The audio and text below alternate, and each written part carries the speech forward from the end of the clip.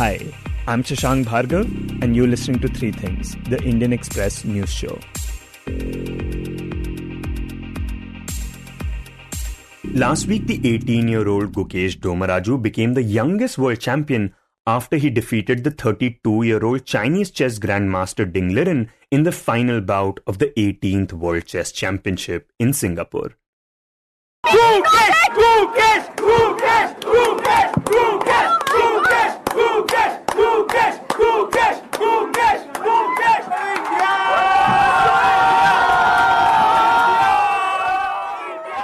The championship took place over the course of about 3 weeks, where Gukesh and Ding competed in a total of 14 games.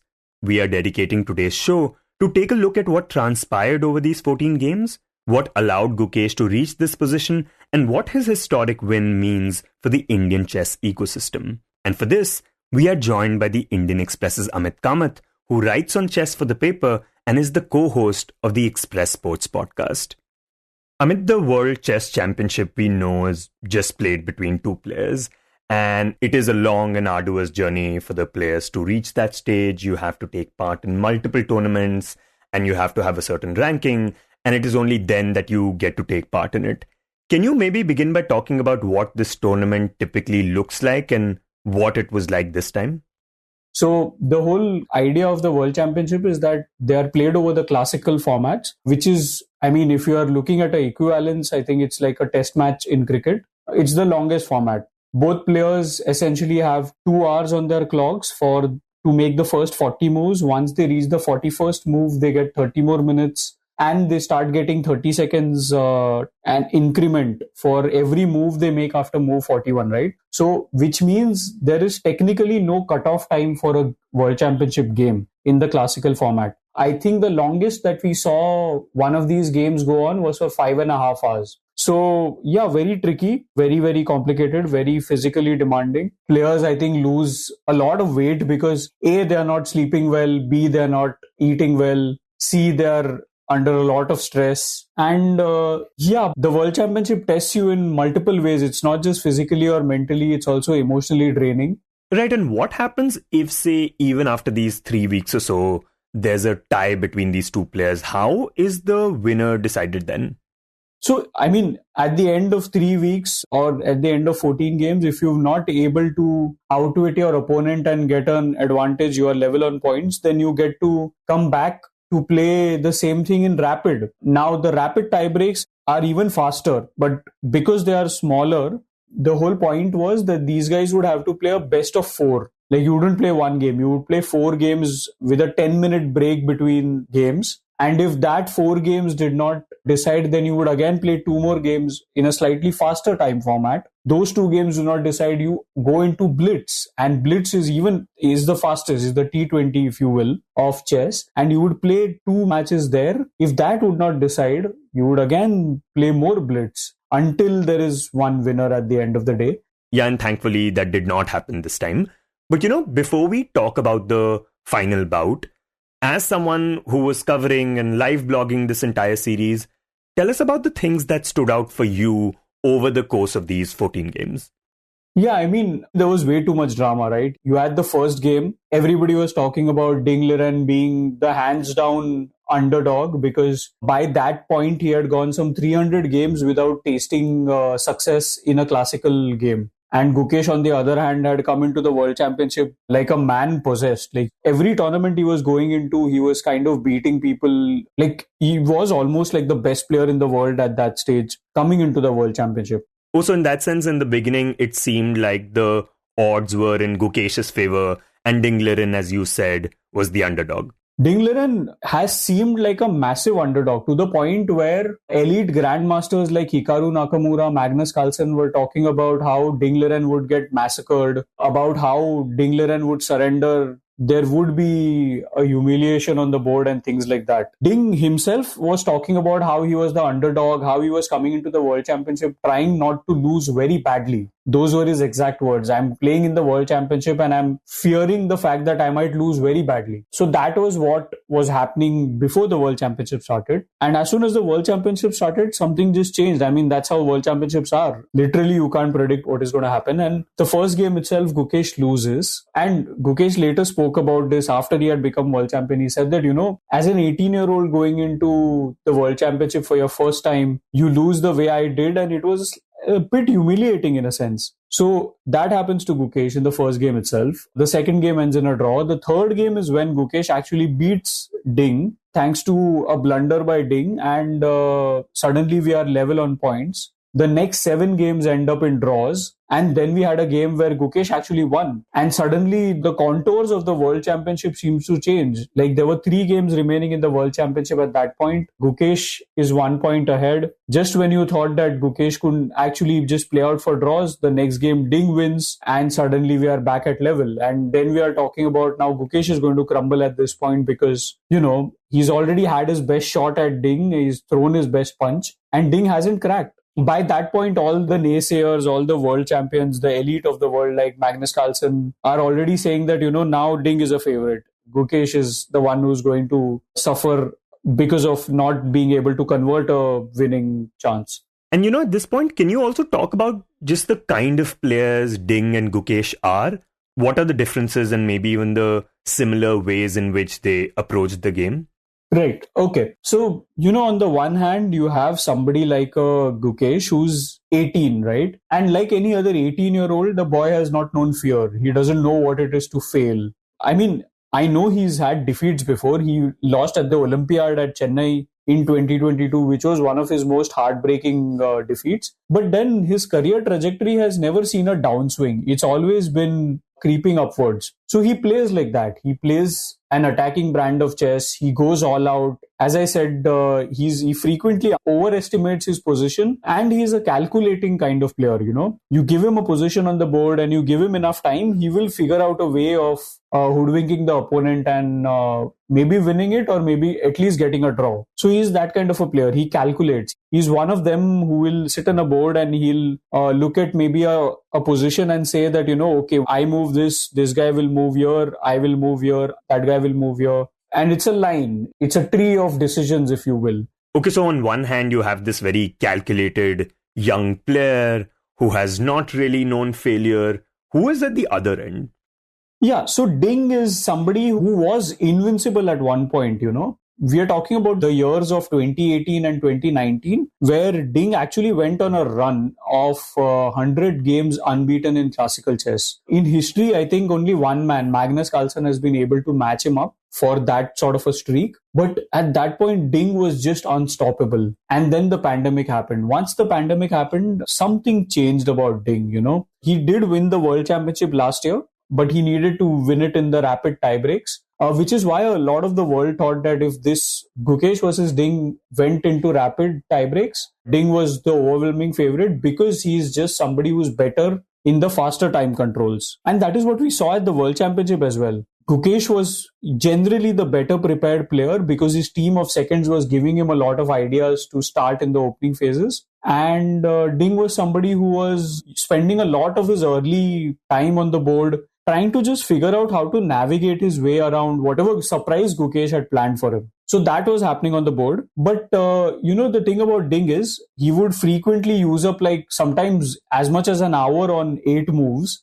And, as I said, the time control was such that you had 2 hours to make 40 moves. So suddenly Ding would have like 32 moves to make in 1 hour. And he would just speed through his moves. Like when he is under pressure on the clock, when he needs to make moves faster, he just seems to be a better player. So Ding is that sort of a player and Gukesh is somebody who give him time and he will figure out a way of diffusing any bomb that is sticking in front of him.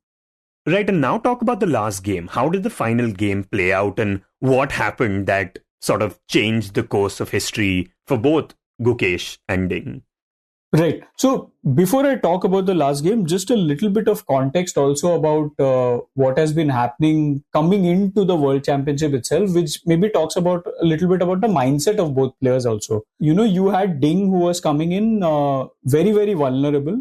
And he's been like that even when he was winning the last World Championship, which was in 2023 April itself. In the middle of the World Championship, he had spoken about how he was feeling shaky. He also opened up about being treated for depression, things like that. And that's not gone away. And what that kind of did to him was that it made him very circumspect on the board. Like, he would look at a position where he had an upper hand, but he was like, if I have to chase a win here, I might actually end up making a mistake, which will end up costing me the game. So I might as well play for a draw. So that is what we saw Ding do all throughout. So then in the last game, what we saw was Ding came out very prepared to play a draw, because he was like, if this goes into rapid tomorrow, I'm definitely the favorite. Gukesh, on the other hand, his whole match strategy in every single game has been, let's try and extend this match, just try and tire the opponent out, and we'll see how long it takes for him to crumble.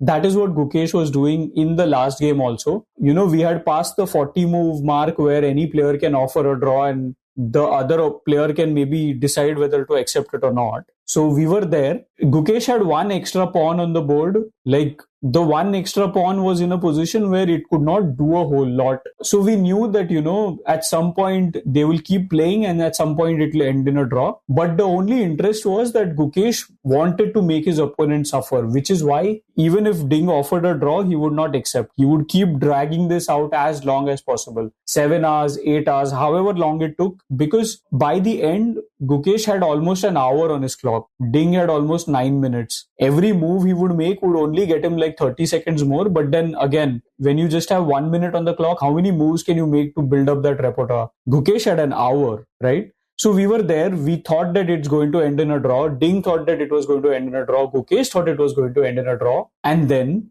Ding blundered. You know, all he had to do was move his rook to the other end of the board, sideways. Instead of that, Ding actually withdrew his rook by 2 moves, which kind of made it impossible for Gukesh not to push for a win. So basically, in one stroke or in one movement of a wrist, Ding had basically changed the course of chess history. And when Ding blundered, could we immediately detect that on Gukesh's face? Could he immediately figure out what was going to happen?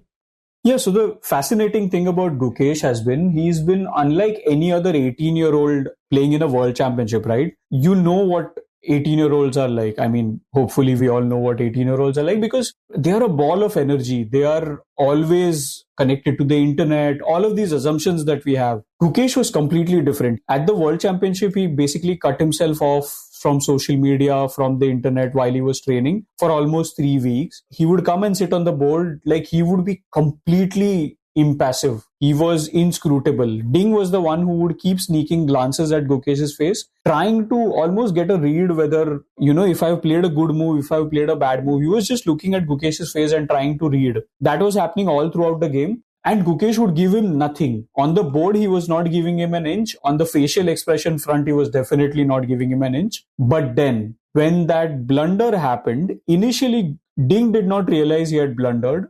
Commentators all over the world had kind of figured that Ding had blundered because they had an evaluation bar to look at. The evaluation bar is in the one that the computer algorithm shows you. Yeah, whenever you look at a live broadcast, there is like a bar on the side of the board, which either rises towards the black side or it falls towards the white side, which tells you whether black has an advantage or white has an advantage. The player with the black pieces or the white pieces has an advantage. Obviously, the players don't have the luxury of looking at live evaluation bars during games. So neither Gukesh nor Ding knew until Gukesh actually spotted it.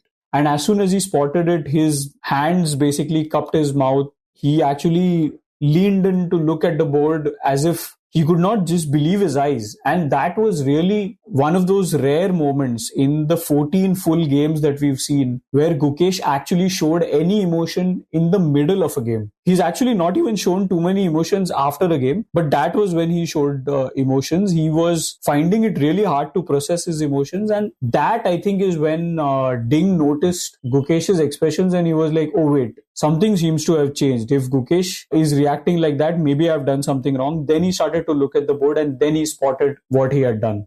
You know, I was going to ask how long has Gukesh harbored this dream, but considering that he's just 18, I'm guessing all his life. Yeah, I mean, see, Gukesh is somebody who started playing chess at the age of 7, roughly. He's actually 7 when the World Championship is happening in Chennai, and Anand and Gukesh are basically taking on each other in Chennai. And Gukesh's father basically takes him to watch the World Championship. Gukesh is standing outside the glass cage that they create for the players, because you shouldn't be able to hear outside people, because otherwise, if you've made a blunder and the rest of those guys can see it, they might start shouting, and then suddenly you will realize that there is something wrong on the board. Both the father and the son don't get tickets to sit, but they are standing out behind somewhere watching the game. And at that stage, 7 years old, Gukesh looks at that action and says, oh, this looks like it would be pretty cool to be inside that glass cage and play a match, right? A few days later, Carlsen dethrones Anand, and Gukesh tells himself, oh, it would be pretty fascinating if I would be the one who can bring the crown back to India. And well, I think in the span of 11 odd years, he's managed to do that. And Amit, rivalries in the World Chess Championships have often played out in very dramatic and intense ways. One of the most iconic was obviously between Bobby Fischer and Boris Spassky during the Cold War era. Later, there was Anatoly Karpov versus Garry Kasparov. We've also seen an intense rivalry between Carlsen and Nepomniachtchi. How do these sort of famous rivalries compare to what we saw between Ding Liren and Gukesh?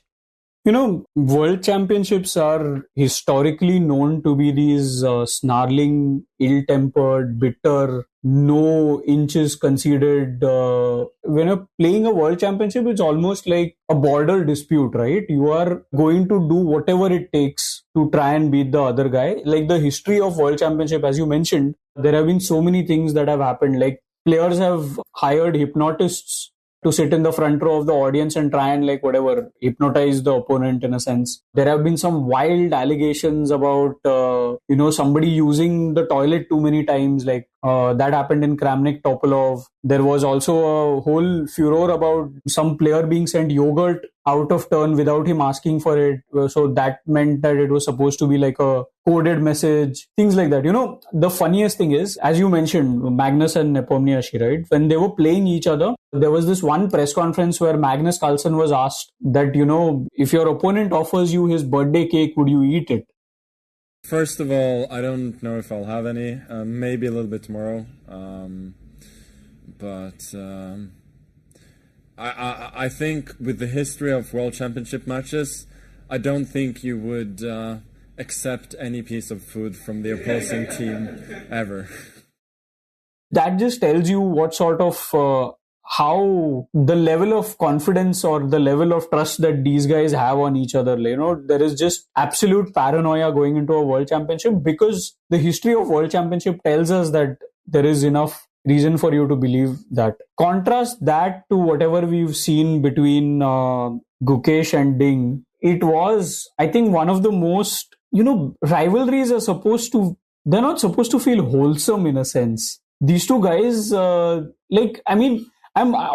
feel that even the most rabid, nationalistic, jingoistic fans hiding in the darkest corners of the internet would have struggled to find a reason to hate on either Gukesh or Ding, because it was like watching Rahul Dravid playing against Rahul Dravid, man. It's very difficult to find a reason to dislike either one of them, because they are so likable, because of how polite and respectful they were of each other. In Ding Liren, we had the world champion who was very open to appearing vulnerable and not shying away from telling the world that, okay, I have these issues and I'm trying to work on them. And in Gukesh, you had somebody who was very, very respectful of Ding. Just look at it this way. After the world championship was decided, you had Ding Liren sitting at the press conference saying that, I deserve to lose. My opponent was the better guy. He deserved to win. I think I played maybe my best tournament in the year. I could be better, but considering yesterday's lucky survive, it's a fair result to lose in the end. I have no regret. Any words to you? After he finishes his piece, Ding Liren gets up, is walking out of the press conference for the final time. You have Gukesh who stands up, starts applauding, shakes his hand. If you see that moment, Gukesh does not take his seat until Ding Liren has walked out at the other end of the room. He waits, he keeps applauding, Ding walks out, then he finally takes his seat. One of the first questions Gukesh is asked is about his own self, and he's like, wait, before I start talking about myself, I want to talk about Ding. And then he goes into this whole monologue about what sort of a fighter Ding is, what sort of a true champion Ding is. Firstly, I would like to say a few words about my opponent. We all know who Ding is, and he has been one of the best players in history for several years, and to see him struggling and to see how much pressure he had to face, and the kind of fight he gave in this fight. In this match, it shows what a true champion he is, and no matter who. Say what about Ding? For me, he's like a real world champion, and. He didn't have to do any of that. He was not prodded to talk about the opponent, but he still decides to talk. And the next day, at the closing ceremony, again, Gukesh is on stage. He's asked to make a speech. First things first, he goes out of his way, decides to thank Ding for the fight he has given him. He locks eyes with Ding, who's sitting there. Make sure that he tells Ding that, thank you for the fight. That's just rare. That's completely out of book for a world championship. That sort of niceties are not exchanged in chess. He's, in my eyes, a true champion, and we saw that despite, a lot of pressure on him, he was able to put on a huge fight, and this match was nothing. It could have, this match was, just the show it is because of his fighting spirit and the kind of fighter that he is. So I really admire you. Thank you. And obviously it takes a lot for someone at that level to sort of hone their skills. To be able to perform at a tournament like that, you need a lot of prep work. Could you talk about some of the things that have helped Gukesh along the way? You've written about, how there have been a number of coaches, a lot of professionals, even the mind guru Paddy Upton helped him. And over the years, he's had support of Vishy Anand. So can you talk about the things that have sort of come together to help him become the player that he is? Yeah, a lot has been said about Vishy Anand's influence in Gukesh's career, but even then, I don't think enough has been said about Vishy Anand's influence in his career, because what Anand has done essentially is that he was the guy who was like, in a sense, he was like a Master Yoda, whispering things in the ear of Gukesh. In 2023, when Gukesh was starting to challenge for elite tournaments, it was Anand who said that, if you really want to break that glass ceiling and become one of the best in the world, you need to start working on your openings, which is why you need to hire this guy, this Polish guy called Grigorz Gajewski, who is the best in opening phases. And he's going to help you out with openings if you hire him as a trainer full-time. And Gajewski has a history with Anand. Gajewski is somebody who's helped Anand become a world championships a couple of times in the past. So Anand knew him well. Anand was the one who connected them. And ever since Gajewski has come on board, I think in January 2023, we've just seen the rise and rise of Gukesh because his openings really got better. So that was one thing. Ever since Gukesh tried to chase, this dream of qualifying for the World Championship through the candidates, I think sometime in January or February, he's had a whole team which has kind of come together and helped him. This includes guys like Pentala Harikrishna of India. Gajewski obviously has been there. There is also a guy called Vincent Keimer from Germany who's helped out. They've had another grandmaster from Poland called Klimkowski. They've had a third grandmaster, in fact, from Poland called Radek Wojtyszek, who all kind of helped him. Off the board, I think what has happened is, obviously you mentioned Paddy Upton being the mind whisperer in his corner. But I think, one thing we need to specifically talk about is the parents. I think he's kind of hit the genetic lottery in a sense when he was born to Rajnikant and Padma, because Rajnikant was somebody who at the age of, 6 or 7, decided that, if Gukesh is going to chase a career in chess full time, I'm going to quit my lucrative job as an ENT surgeon and going to become like a traveling companion for my son full time. Wait, he quit his practice as a doctor? he didn't quit one practice, he quit two practices. He was going to two different places, and as a surgeon, he quit both of them. And the decision was made because the wife, Padma, was a microbiologist in a government hospital. So the idea was that that's a slightly better and more stable thing. I will quit. I will travel with him full time wherever he needs to go. Now, when that decision was made, suddenly you had, and this is the one thing that the rest of the world doesn't understand. Chess is a very, very expensive proposition. Like, just to hire like a trainer full time, it costs sometimes as much as, I don't know, $500. And that's a lot of money, man. I would have imagined, and especially because there's no equipment required and no venue needed as such, that this would be perhaps the least expensive sport, especially compared to something like, I don't know, shooting or even cricket. Yeah, at the lower levels, it's definitely inexpensive because now you can play competitions on your cell phones. You can get training for very cheap. You can get training online without having to leave your home. All of that is possible. You obviously don't need any equipment. But then the higher you go, if you want to play in like really super elite tournaments, you have to go there. Like, you have to go to outposts like St. Louis, Stavanger in Norway, all of these places where the tournaments actually happen. Obviously, you need to get an invite to play in these tournaments. And the higher you go, everything adds up, The cost of training at that level is, as I said, sometimes as much as $500. I believe it's $500 for an hour, if I'm not mistaken. So it goes atmospherically high because of the kind of training you are getting. So when that sort of demands come in, you had somebody like two parents, right? One of them has quit his full-time job to also travel. So when you're doing that, all of your costs add up because you are now buying tickets for two people on flights rather than one person. You have kharcha of two people eating abroad and things like that. So they were like really, at some point, finances were really low. And that's when the college mates of Rajnikant and Padma basically chipped in and said, okay, we know what you're trying to do with this boy. We'll help out. So all sorts of things came together to kind of help him get to where he is right now. And the other question I had was that, what does it require to be a good chess player? What are the things that experts and professionals agree upon about what makes a good chess player, especially at this level?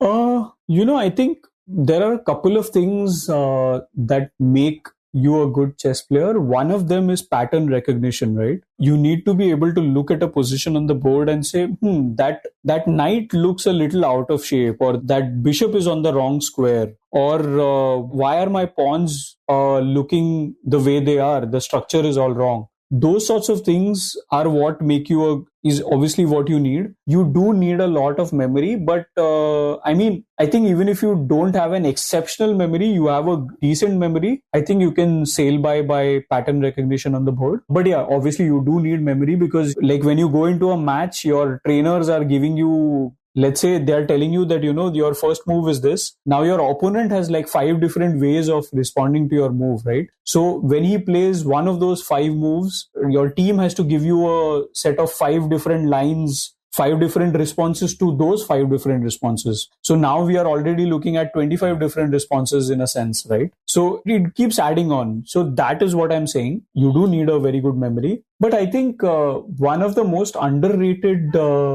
aspects you need to become a good chess player is just discipline. That is what we are seeing is making sure that the Indians are rising above everybody else. You just need that discipline. Like I spoke about Gukesh, he's 18 years old. He's at the World Championship. He must be feeling nervous, stressed, all of that. Rather than going to the internet, rather than, spending time scrolling social media and stuff, he's like completely cut himself off, man. His attitude through the whole World Championship was, if it is important, my team will tell me that, somebody has said something on the internet or whatever it is. But otherwise, I don't need to know. Once the World Championship ends, then I'll see what has to be done. He in fact spoke about this at the World Championship. He said, as a teenager at 18, you have distractions. You have all sorts of things happening in life. But I'm just proud of how disciplined I was. And that's what puts players like Prag, Arjun Ergyasi, Pragyananda kind of ahead of the rest of the world at this level. I am personally proud of how, personally what I have done. I'm quite proud of how how consistent I have been. I mean, not my results, but in the way I that I live my life and the way I work on chess.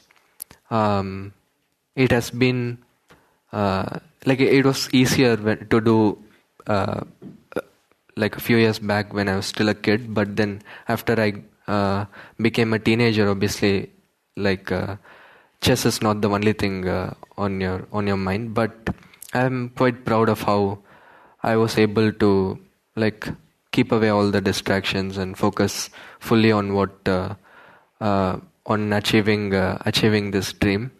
And Amit, when we talk about this championship, the other thing we have seen take place is that a few players, including Magnus Carlsen, who is considered one of the greatest chess players of all time, they have criticized the level of play that they saw during this championship.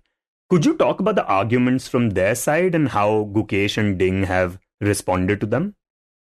Look, I think whatever Carlsen was saying was fair. I mean, he was not being, as the kids like to use the word, salty. Carlsen was not being salty, he was just being honest to what he thought. He was just giving his raw, unfiltered thoughts in a sense. Kramnik, on the other hand, the other world champion who has been very active during the world championship, he was somebody who seemed to come across as disgruntled for whatever reason. He criticized both players for making too many mistakes. I mean, it's a world championship, though. There's insane pressure on them. If you want them to not make mistakes, you'll have basically just two computers playing against each other and playing out draws. And if that happens, you are obviously going to criticize them for playing out draws, right? So yeah, Kramnik criticism one side. Carlsen, I think, was a very, very sane voice for whatever he was saying. And I think Gukesh and Ding also took it in their stride. At some point, I think both Gukesh and Ding were asked about Carlsen's comments about their world championship. I liked what Ding said. He said that, I don't mind whatever they're saying. And Ding was actually asked this, I think, after the third game or something, where he said that, I've actually been surfing the internet. I've actually been going to social media and reading comments that people are making. And he said that, I read what people have been saying about me. And I think it's not unfair.